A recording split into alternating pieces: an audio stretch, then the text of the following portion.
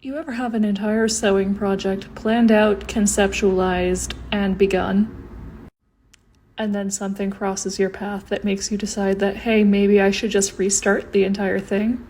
Because me too. So, full disclosure, this is a project that is going to be fueled less by historical accuracy and more by vibes. And by that I mean we're not going to be adhering to any one specific era of history, so much as whatever I think fits the aesthetic best.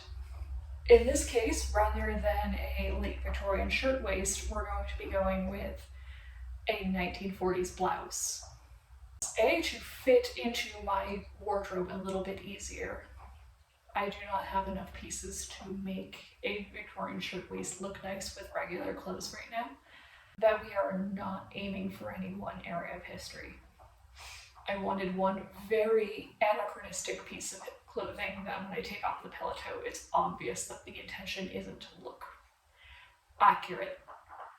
But that's the idea. It's to honor the way that Final Fantasy's aesthetic often blends eras of history together.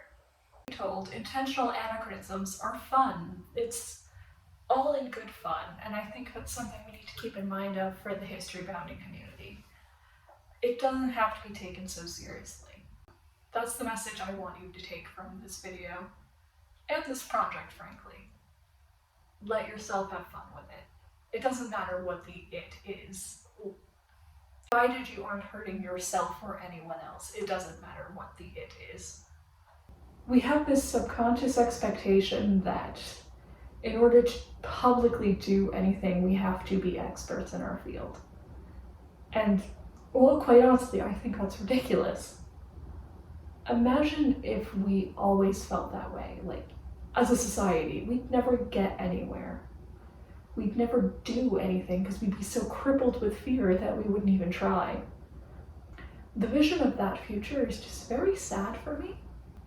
I would rather do something that doesn't look exactly like it would have looked in history, but suits me and my wardrobe well, than have something that's an exact replica but looks nothing like me. I'm okay with people who care about historical accuracy saying my thing looks amateurish, because it's A, done by an amateur, and B, done by someone who's not really doing their standards. The reason I'm doing specifically a 40s blouse for this outfit is to pull off of the military type vibes that the 40s were filled with for women's fashion. I mean, men's fashion too, but there was a lot of that going around in women's fashion in the 40s. I did mention a couple times how I want it to match my wardrobe, and that is true. But it's also the fact that I just want to start experimenting with new practices that I haven't really developed those skills for yet. I can't think of a better way to develop these skills than creating something that is so deeply meaningful to me. Holding on to these ideas of could, would, should, not really going to help you develop any actual skills. If you keep holding on until you feel you're at a place where you should be, you're never going to get there at all. You're going to keep hanging around hoping that it's going to get better, only to continuously judge yourself against people who've been doing it the entire time. The entire art of sewing, but of any creative process, or frankly any process at all, is the act of doing. It's the act of creating and making something. And the more meaningful you can make it to you, the more you're going to keep doing it. Now you have actual investment in it.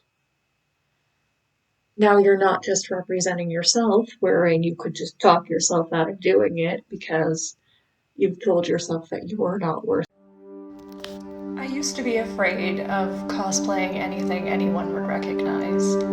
I think a big part of that was for the same reason I got afraid of being into history bounding. I was afraid of being seen. I was afraid of being seen and judged and just defined as insufficient. So my love letter to Final Fantasy and this cosplay is in a way a love letter to myself. being self-centered would stop them from even trying. For how this blouse came out, it came out exactly how I wanted, and I see this becoming a staple in my wardrobe very soon. Now, if you enjoyed this video and you wish to join our adventuring party, please feel free to take a moment to comment and subscribe. I will see you in the next chapter. Bye guys.